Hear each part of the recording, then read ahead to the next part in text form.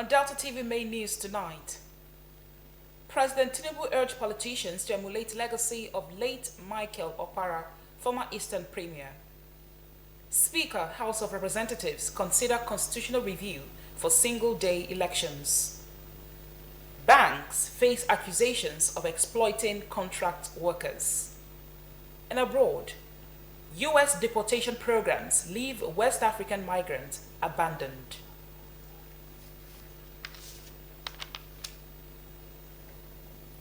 Good evening and welcome to the Delta Television Main News. I am Blessing Usiagwada. You can also follow our news online on Facebook and YouTube at Delta Broadcasting Service Asaba, or visit our website at www.dbsasaba.com. Now the news in detail. President Bola Tinubu has urged the Southeast political class to emulate the brand of inclusive politics practiced by the late Premier of the defunct Eastern region, Dr. Michael Okpara. The president gave the charge during the inauguration of the renovated Michael Okpara Auditorium in Umuahia, Abia State.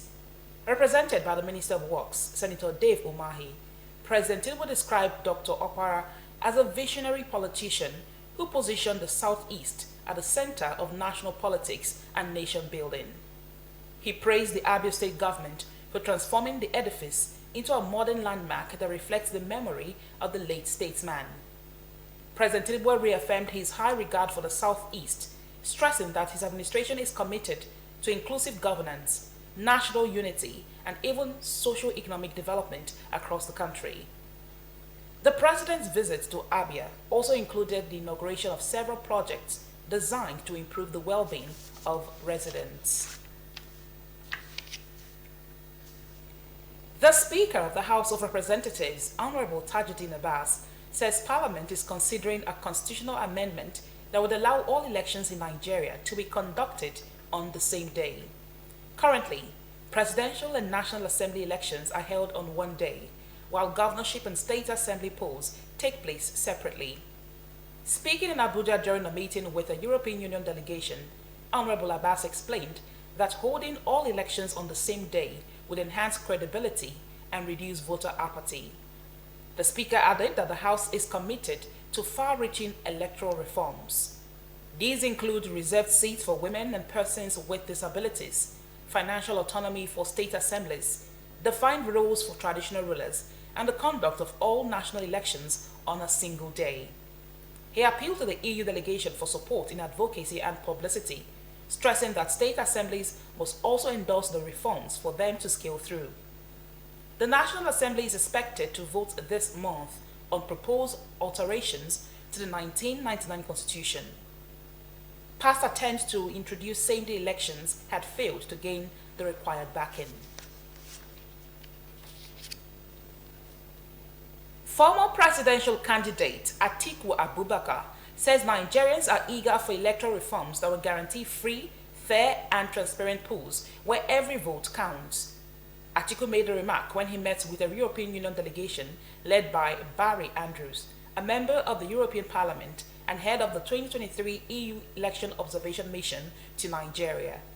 He explained that the meeting was a follow-up on recommendations made by the EU after the 2023 general elections. In a post on his official X handle, Atiku confirmed that the delegation, which also included the EU ambassador to Nigeria, Gautier Mignot, engaged in broad-based discussions on the future of Nigeria's elections. The EU team is in the country to assess the level of implementation of its recommendations on electoral reforms. Former President Goodluck Jonathan has revealed that Boko Haram insurgents once nominated former President Muhammadu Buhari to represent them in peace negotiations with his administration. Jonathan made a disclosure in Abuja at the public presentation of Scars, Nigeria's Journey and the Boko Haram Conundrum, a book authored by former Chief of Defense Staff, General Lucky Irabo. The former president described the abduction of the Chibok schoolgirls in 2014 as a permanent scar on his government, saying, in quote, "It is a scar that will die with him." He explained that during attempts to explore dialogue with the insurgents, the group proposed Buhari as their representative. Jonathan added that he had hoped Buhari's later emergence as president might have eased the path to peace, but the insurgency persisted. Reflecting on his efforts, Dr. Jonathan noted that while militancy in the Niger Delta was resolved through dialogue and amnesty, Boko Haram proved to be far more complex. He also raised concerns about the sources of the group's weapons, pointing to possible external involvement. Dr. Jonathan urged the current administration to adopt a mix of incentives and pressure in tackling insurgency. Representing President Bola Tinubu at the event, the Minister of Defense, Mohammed Abubakar Badaru, commended Irabo's book, describing it as both historical and a roadmap for Nigeria's future security. Dignitaries at the event included the Sultan of Sokoto, Sa'ad Abubakar III, Bishop Matthew Hassan Kuka, the Chief of Defense Staff, General Christopher Musa, and other top military and political figures. Relief is finally in sight for residents of Utagbobe in Ndokwa West local government area of Delta State, as the community has signed a joint development agreement with ASB Valiant Energy Company Limited to establish a 15 megawatt embedded power plant. Henry Usiayo reports. That is good. Yes. The historic agreement marks a turning point for Utagbobe, which has endured a crippling total blackout for the past 16 years. Determined to end their long struggle with power supply, the community initiated the project through its Petroleum Industry Act (PIA) funds. Community leaders expressed joy over the development, saying the project represents the dawn of a new era for Utagbobe.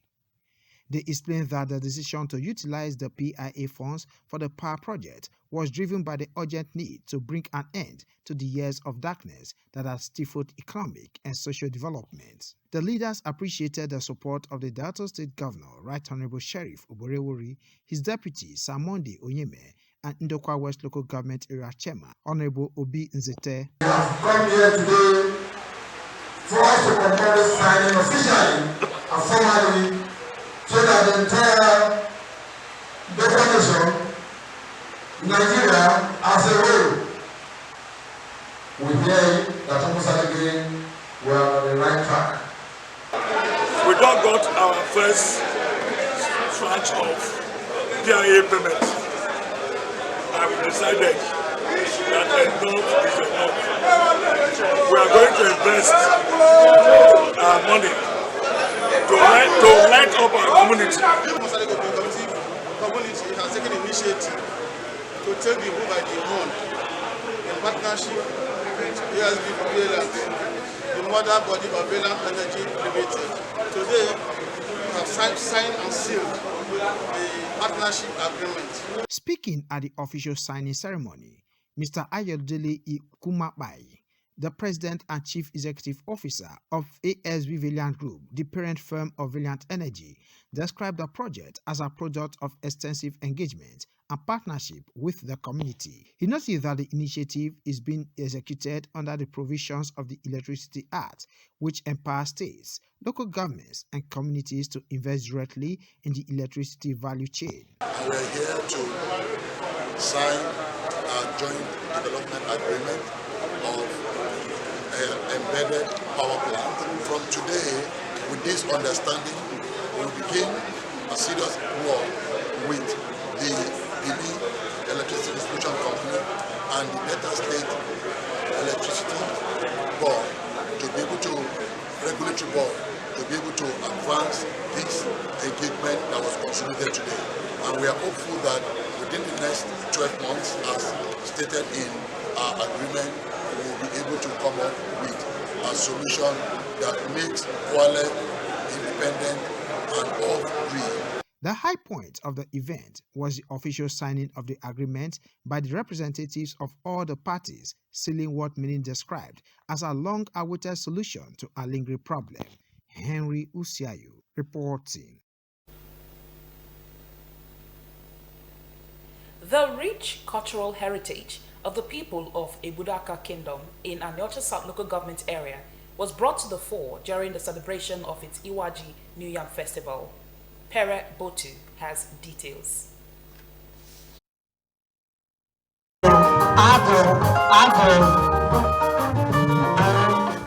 The New Yam Festival in Igboduaka Kingdom brought to the fore the rich cultural heritage of the people as the traditional ruler Obi Augustine Ezaguna Nzemeke Okole III celebrated his first Iwaji. The festival, which attracted sons and daughters of the kingdom, friends and well-wishers who joined the royal father in the celebration, also featured the conferment of chieftaincy titles on 4 deserving sons of the kingdom. To herald the festival, the monarch cut the roasted yams and dipped a piece in a bowl of palm oil before eating it, drawing applause from his subjects, after which the tray was passed to others to have a taste of the new yam. Speaking on the importance of the festival, Obi Okole III said the New Yam Festival was a celebration of unity, peace and thanksgiving, symbolizing gratitude to the land and to God for a successful and bountiful harvest. He said the festival strengthens community bond, showcases cultural heritage and traditions, as well as provides opportunity for social interaction. This is my first time of New Year Festival, and I feel so excited, I'm so happy. Not just because I'm celebrating, but seeing people around me celebrating with me. Iwaji Festival in is a mark or a festival of thanking God for the year. You know, after brushing, you plant. After planting, you harvest. So we are thanking God and gods of the land for the year harvest. Obi Okole III called on his subjects to remain law-abiding and shun any act capable of breaching peace in the kingdom. As the king of Igboduaka and the father of all, I urge them to maintain peace and emulate good things. As far as we are Africans, we have culture and we have tradition. And what we know in Igboduaka precisely, or in our nurture in general, is that we have only one king in every community. And whoever that is posing himself the king of the community in Igboduaka precisely is just an enemy to the community. But I pray to God that one day God will touch them to know that they are going astray, that they are doing the wrong thing. Others who spoke, including some chiefs, said they were happy to celebrate the New Yam Festival with the monarch, saying it promoted their culture and tradition. We are here today to celebrate Igboduaka New Yam Festival. There is custom and tradition in every community, and that is what we have come to celebrate. To celebrate with him. We the chiefs, all of us are here to celebrate with him. As you can see here, everybody sat down watching a celebration. Present during the festival were the Executive Director, ICT, Board of Internal Revenue, Honorable Collins Iwebuno, and the functioning Permanent Secretary, Chieftaincy, Mr. Henry Demesi, among other dignitaries. I am Pere Botu reporting. Senator Adams Oshomole has accused banks in Nigeria of exploiting workers by keeping the majority of their staff on short-term contracts. Speaking during a television program, the senator representing Edo North described the practice as immoral, arguing that it denies workers job security and basic benefits. Senator Oshomole alleged that the banks set up employment agencies to hire staff at lower wages, allowing them to avoid direct obligations and labor protections.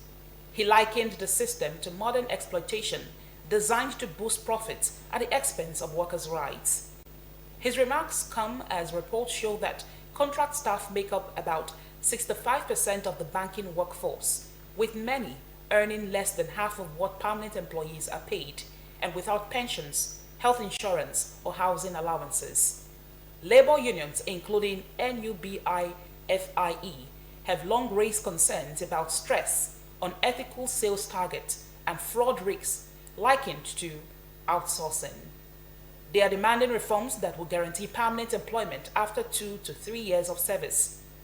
The Nigerian Labour Congress and the International Labour Organization have also urged tighter regulation to align the industry with global decent work standards. The Nigerian Bar Association has warned the Inspector General of Police, Kayode Egbetukun, and senior officers of the Nigerian Police Force against enforcing the controversial tinted glass permit policy.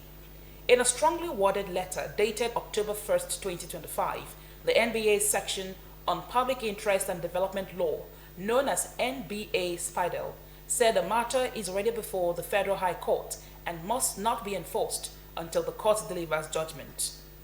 The association revealed that advance copies of the suit and an application for interlocutory injunction were served on the Police Directorate of Legal Services on September 25th. However, despite this, public statements from the Force Public Relations Officer, CSP Benjamin Hundeyin, and some state commands suggested that enforcement was to commence on October 2nd. NBA SPIDL insists such pronouncement amount to contempt of court. It also warns the officer in charge of legal services, AIG Ohiozoba Ehede, to guide the police in line with the rule of law. The association cited rulings of the Supreme Court and Court of Appeal, stressing that once an injunction has been served, all parties must maintain the status quo until the matter is decided. The letter, signed by Professor Paul Ananamba, SAN, alongside senior lawyers Olukunle Edun and Oke Leo Ohagba, urged the police to suspend enforcement until the court determines the legality of the tinted glass permit.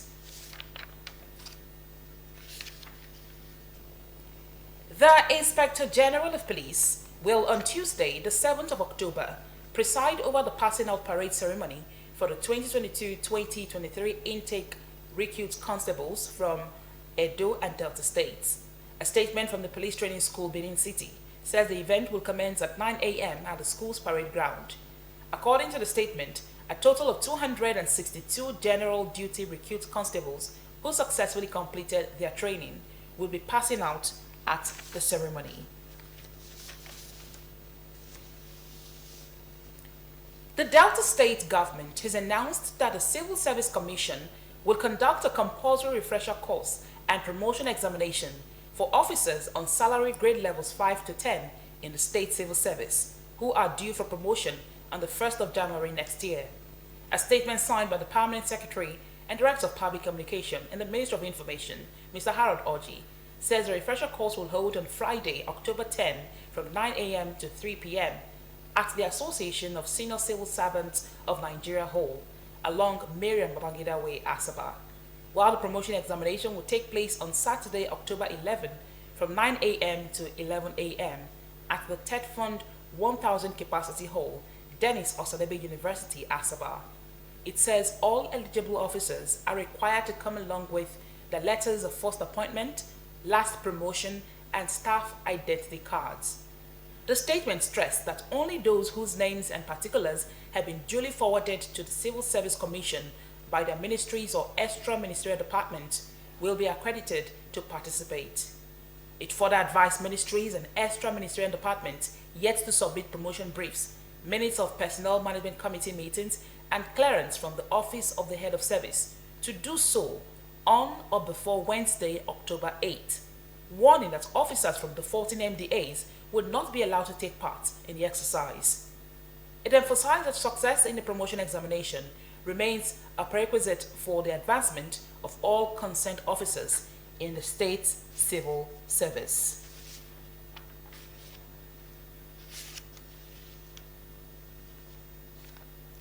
The Delta State Directorate of Transport will from Monday, October 13, begin vehicle inspections and road safety compliance checks for all vehicles traveling at night. A statement signed by the Permanent Secretary and Director of Public Communication in the Ministry of Information, Mr. Harold Orji, explains that Blue Heron Limited had been appointed as compliance consultant to work with the vehicle inspection officers, VIOs. The statement advised all vehicle owners and drivers to ensure that vehicles are in good condition.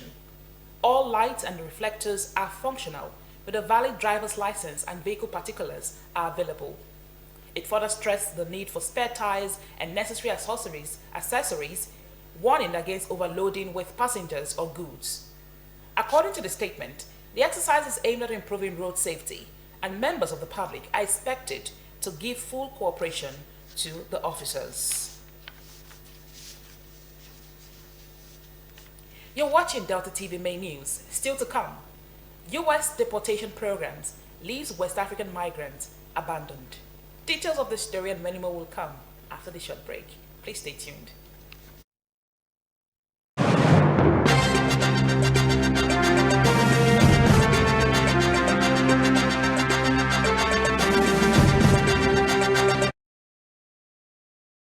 A small problem.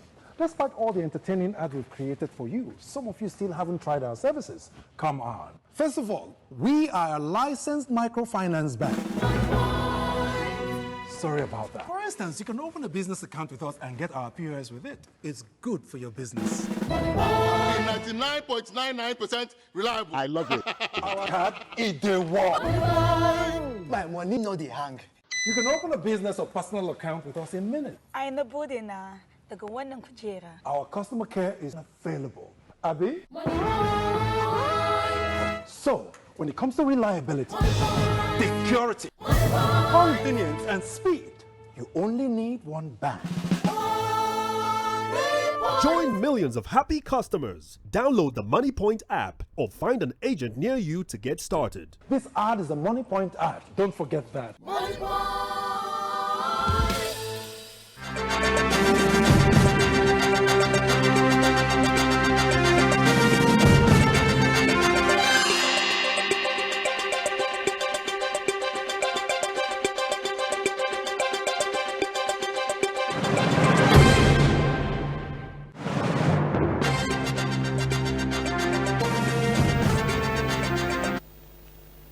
Welcome back and thank you so much for staying tuned to Delta TV Main News. Now we move to the global scene as we join our World News Desk. A new twist has emerged in the United States deportation program as several West Africans deported to Ghana have reportedly been abandoned in neighboring Togo without documents. Reports says between 8 and 10 deportees were forcibly transferred by Ghanaian authorities through informal border roads and left on the streets of Lubé, the Togolese capital. Many of them had won protections in U.S. immigration courts, barring their return to their home countries due to fears of persecution.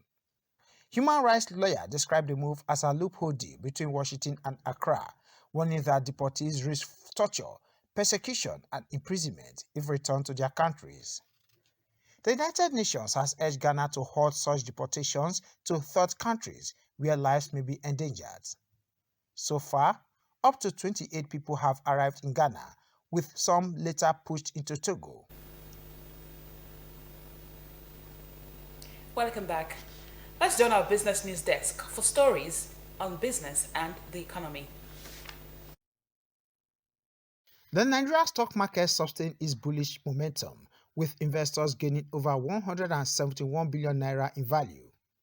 The all-share index rose by 268.98 points, representing an increase of 0.19% to close at 142,976.46 points. Consequently, market capitalization appreciated to 90.75 trillion naira. The positive trend was driven by gains in medium and large cap stocks, including PZ Cuisines Nigeria, Etana, MTN Nigeria, Guaranty Trust Holding Company, and Custodian Investments. On the winners chart, PZ Cuisines lead with a 10% rise to close at 37 naira 95 kobo. Etana followed with a gain of 9.94%, while Champion Breweries advanced by 9.82%. Tantalizer and ICO Insurance also recorded notable gains. However, the losers chart was topped by ROT Briscoe, which fell by 9.89% to close at 3 naira 37 kobo. Thomas Wyatt Nigeria, Sovereign Trust Insurance, International Energy Insurance, and Badger Pays also posted declines.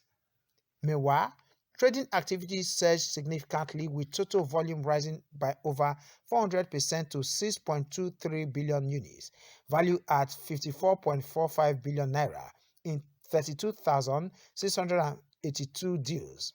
Cornerstone Insurance dominated the activity chart with over 5.4 billion shares worth 25 billion naira. It was followed by UBA, Wema Bank, FBN Holdings, and Zenith Bank.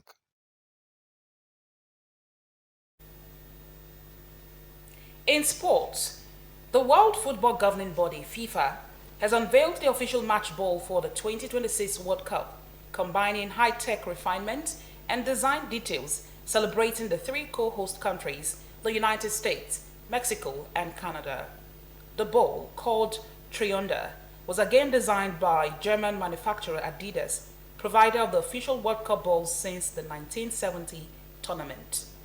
The first World Cup organized by three countries, with 48 teams competing, inspired both the name and the design of the ball, featuring red, blue, and green colors. Iconography from each host nation, maple leaves from Canada, the eagle from Mexico, and stars from the United States also feature, with a triangle referring to the unity of the three countries.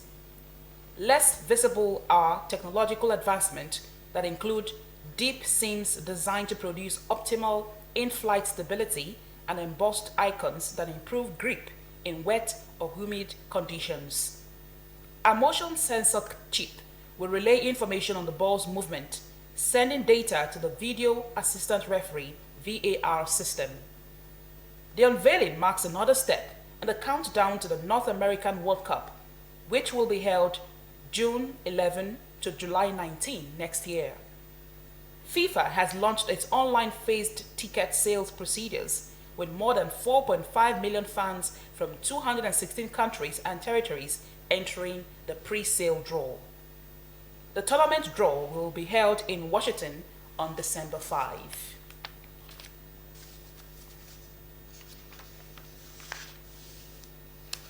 That's our news. Now our thought for the day.